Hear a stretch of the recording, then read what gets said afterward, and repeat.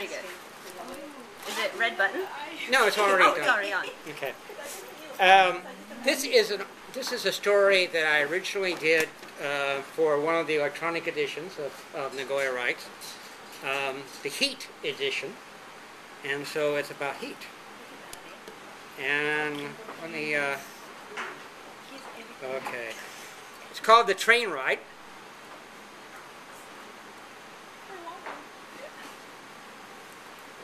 How much was that?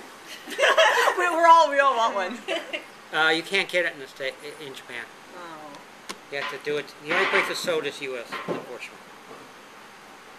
That's why my daughter sent it to me. Okay. Looking back, he remembered the heat of the day, but not the blue sky. The blue was a solid blue, with no shades of gray. It was a type of blue called aqua blue, or 0080FF on his HTML color chart. In other words, it was the light greenish blue that is more often associated with Caribbean waters than the Japanese skies. He should have remembered the blue. He always remembers that day as being drab and overcast. Sometimes he even remembers it raining. The type of rain that makes the early afternoon look pitch dark. Drab and overcast weather seemed to better match his memory of that day. When he boarded the train to Gifu, he easily found a window seat. He didn't particularly like the window seats, but he always saved the aisle seat for her because she felt claustrophobic whenever she sat anywhere else. It became an ingrained habit with him, such that he found himself always avoiding the aisle seat, even when she wasn't around. He doubted if she would ever be with him again, but he still kept the aisle seat open for her. The air conditioning was on full blast, which made the empty train car too cold. A lot of people catch summer colds because of the extreme differences between the hot outdoors and the cold air conditioning inside. As the train car filled with customers, the car began to warm up. A fashionably dressed woman in a light gray suit and high heels took the seat next to him. She reminded him of a young Audrey Hepburn, the one that appeared in Sabrina and Roman Holiday, and still appears so often in Japanese advertising. The woman didn't have the same facial features as Miss Hepburn, but they had the same look, the same sense of style. The woman looked young, thin, fresh, intelligent. All the qualities he usually associated with his ideal woman. When she sat down beside him, she began to read a book. He noticed it was Farewell to Orange by Hemingway, his favorite author. Before his recent relationship, he probably would have commented on the book, trying to segue into a discussion of how Hemingway affected American literature, with the hope that they would soon be exchanging cellular phone numbers. Now that he was free again, he didn't feel quite up to making the effort. The heat and recent events had drained him of the energy needed to face possible rejection. And instead of striking up a conversation with a potential woman of his dreams, he did something he normally didn't do.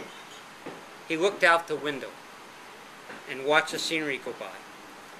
The train trip from downtown Gifu to downtown Nagoya only took about 25 minutes. And yet they passed plenty of rice fields.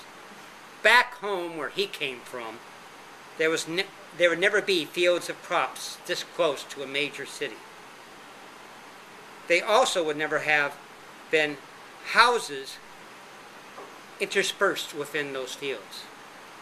Back home, rural areas were rural areas, and urban areas were urban areas, and the two of them were not intertwined. Most of the rice fields were freshly planted with thin rice seedlings, and the fields were filled with water, so that the houses looked like small islands, isolated from each other by a sea of calm green water. Looking at the view, he wondered if the people living on those houses felt like they were isolated from each other, like the houses seemed isolated by the rice fields. Within a few minutes, the view changed from fields to buildings as they entered the city of Owari Ichinomiya. This is the one train station that all trains stopped at between Gifu and Nagoya. The woman who reminded him of Audrey Hepburn must have gotten off there. When he turned from the window, she was gone, as if all of a sudden. What made him turn from the window was a strong odor of tobacco, which came from the clothes of the person taking her place. A rough-looking Japanese guy reading a comic novel with sword fights and severed limbs. He found the change in seating partners disturbing. He noticed that the temperature in the train car had gone from uncomfortably cold to uncomfortably hot and stuffy. He turned back to the window as the train began to move, and soon they were among rice fields and islands of housing. Every once in a while, the train would pass another train on a parallel track, and the air pressure caused by the passing train would force his train to rock violently. And for a moment, his view was blocked by the blurry vision of the passing train that was soon gone. In the distance, there was a baseball game at a large school, or maybe it was a softball game. It was too far to tell.